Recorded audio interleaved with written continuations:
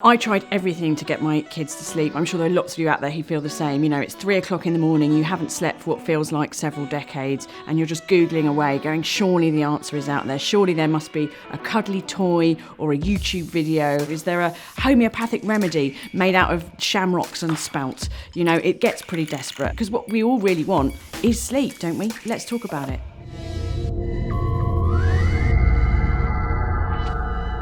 I'm going to start with you, Olivia. I've got a question for you. Are you getting any at the moment? By which, of course, I do mean sleep. No, we really? don't. Yeah. I don't like to sit around him in case, you know, I don't want him to get a thing about it and not sleep. But he doesn't sleep at all. Then, you know, you've got nothing to lose, really. I mean, not at all. Obviously, he sleeps. He's a baby. But he does wake, I mean, on average 4 times a night still. He's one. So he sleeps like a baby then, basically. Right. That's not too bad, 4 times. I think that's pretty good going. I was going to say, as a sleep It's not expert, too bad. is that pretty normal? Well, yeah. Well, a not sleeping expert, I think, is more the term. Yeah, my children were, you know, 4 wakings would be a pretty good night. Nothing. I think if they're not going to sleep, they're not going to sleep. You can try everything under the sun, and it won't work. But you know. So, are you seriously telling me there is no magic solution to making your baby go to sleep? You've written a whole book. I was expecting answers. Yeah, well, unfortunately, I wrote the book because there was too many books telling me how to get my baby to sleep, none of which worked, and just made me feel like a complete failure because my babies would not do what the babies in the books were doing. It's almost like these babies aren't reading these bloody books, isn't it? Yeah, I had this book called The No Cry Sleep Solution. Yeah.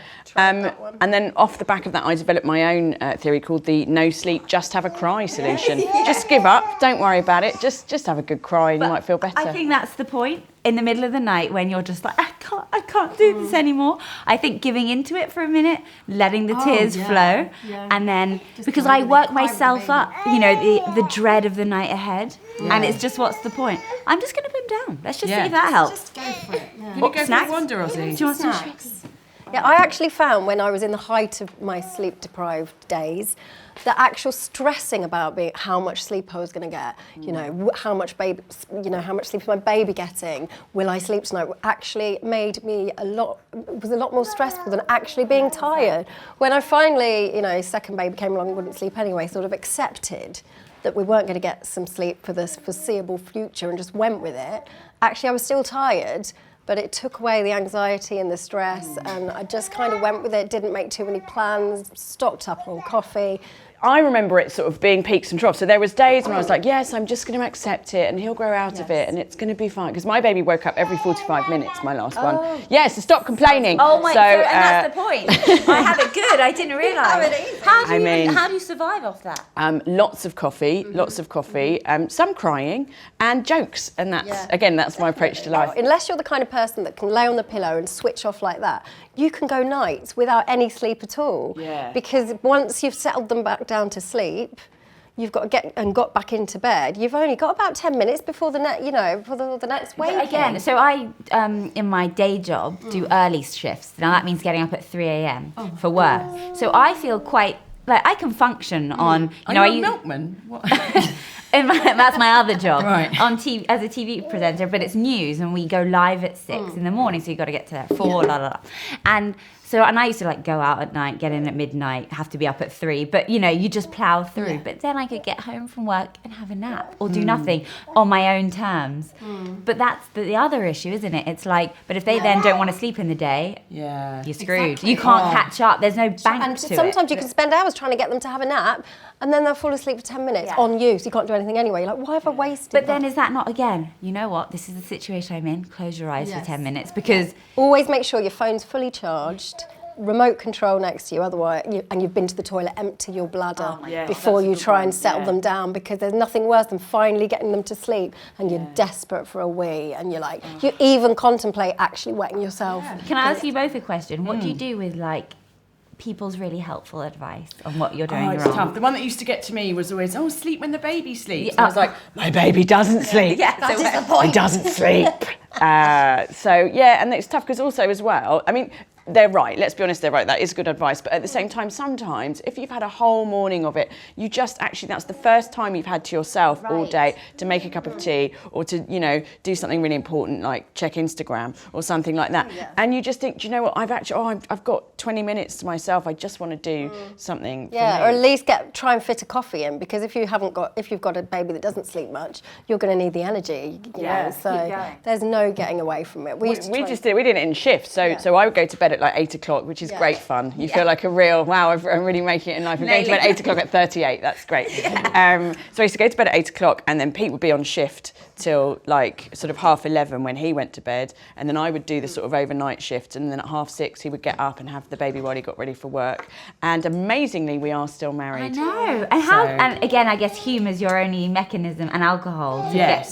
God, definitely. But the things you try as well. So I've still got, I'm sure somewhere in my loft, a box of like things that I tried, like because you just think, you know, you have days where you're like, yes, it's fine. You have days where you're like, there must be an answer. There must be. Googling, aren't you? Googling what can I do? What can I buy? Yeah. So I've got like a sort of heat thing that you put around their tummy that's supposed to work. It's the warmth. It's your warmth that does it, right? Yeah. A fluffy sheep that you're supposed to make it that makes like we tried that. Is it Ewan? Yes. Ewan the sheep, yeah. I hate Ewan. God. I hate you, Ewan. I hate you. I have never bought anything that has got my baby to sleep. Have you tried? But sleep-deprived parents are like probably the best market. Oh my ever. You know, we are like suckers for anything. Into debt buying this stuff. No, seriously. And you know, and there are also, you get some. I could never afford it, but I know someone who paid for someone to come and sleep train their baby for £1,000 a shift. That's not enough, frankly. I know. I mean, I would it want didn't more if it wasn't my work. And baby. did they even get at least one night's sleep off the back of that for themselves? They had to, like, Right, and stay hear up it all and hear the and, crying. and to watch what was going on and how she was going to do it, but it didn't work anyway. So what they didn't. So get I the have money to back. confess, I have used. She's on Skype, and she'll just like, you know, she's nurturing, and she's actually, for me, it was at the time when I was like breaking down and going nuts. So it was nice to just talk to her and her validate. I know it's really hard, and she'd be like, well, why don't you try, you know, cuddling him, and then, you know, like gentle. Quite nice. I want to It use was lovely because my husband was bored of it. He's like, we can't talk about sleep anymore. You know, he's very good at the acceptance. He's a baby, and you know, 18, he's not going to be like sucking my boobs, I hope, and cuddling me at night. Do you know what I mean? So, you know, it's all temporary, but it doesn't feel temporary. No, it it doesn't. does When it? you're in the thick of it. It feels like never ending. Like even a week of it feels like, when you're looking ahead, you think that feels like a million years. It's too long. You can't. But also, you must look at me like, you have no idea. It was 45 minutes. And when I have my friends who are like, oh yeah, you know, they're teething, they were up last night, I'm literally like... I know, that's the one time you get to be smugged when you have a bad sleep. But it's like, that's the worst thing to be smug about, like, I have it worse. You know, you don't get a medal for it at the end. We take what we can. When someone's, like, they look half dead at playgroups, they've been up with a teething baby twice, you know, we can make them a coffee and say, come on, you know. Yeah. Also, like, look, I still got my shit together, and you know what I mean? I'm looking at you actually thinking, I job wish I'd before. looked like that when my baby was a year old. Thankfully, there was makeup around. I was going to say you're in the right job for it, because they, you know, you obviously get your But makeup also, done. it's survival, as in, you know, sleep deprivation is torture, but I will not go down, and I will not tell my secrets. So that's the only way I've got to, you know. Don't let it take you down. That's the way. And do whatever makes you feel better. Like some people do feel better if they get up, you know, put the makeup on. You know, psychologically, it can give you a bit of a lift. I used to find just a shower and cleaning my teeth would, you know, or getting out in the fresh air. You just find your earrings are literally the thing that's like, I feel like a corpse. But look at all the jangle I've got. You know what I mean? And it's distracting for other people too. So I always try and wear big earrings. Well, let's talk about some of the things that the internet suggests you should do about getting some sleep after you've had a baby. Sleep in separate rooms. Have you tried that? Is Ozzy still in with you? Oh, every night we start with putting him in his cot once he's fallen asleep on my boob and the transfer. And every night he ends up back in my arms in my bed because it's the only way I'm going to get sleep. And I know co-sleeping and all that stuff, it is the only way any of us get sleep.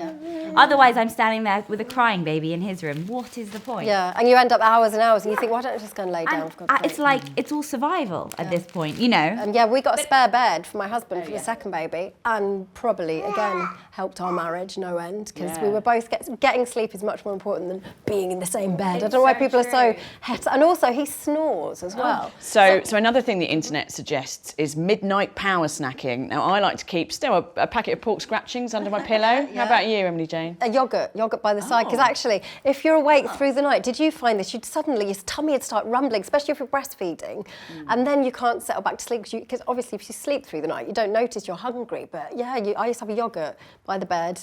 Is this in the early days only? I mean, now a year on, I'm not like midnight snacking. I'm like just take any. No, yeah, the early days when they're feeding a lot more. When I was up and down, and the energy walking the halls with my baby trying to get her to sleep, I was burning so many calories. I think I actually lost more weight than I was before. It's taking everything out of you, isn't he?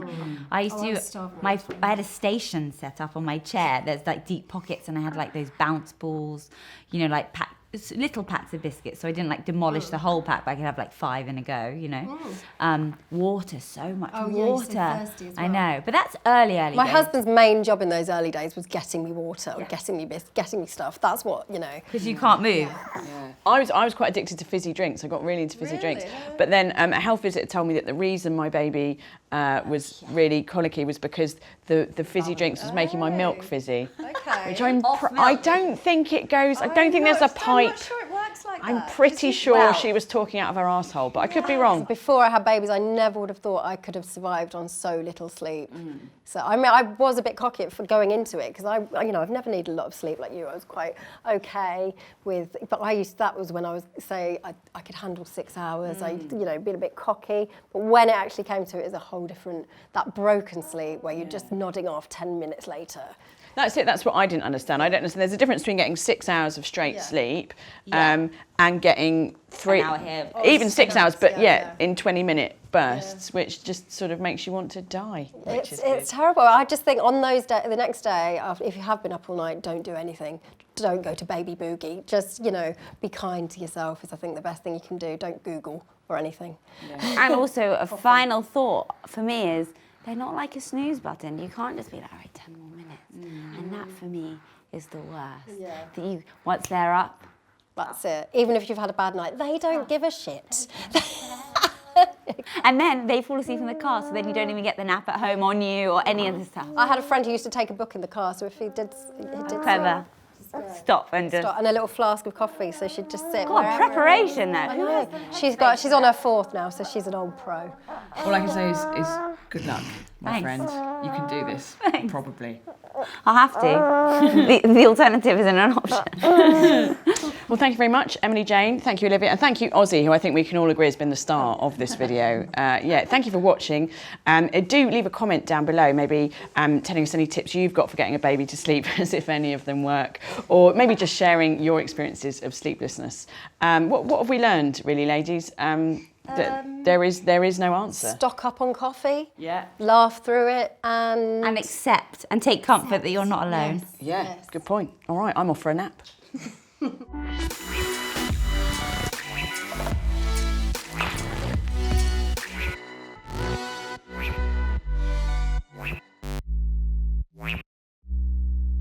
What?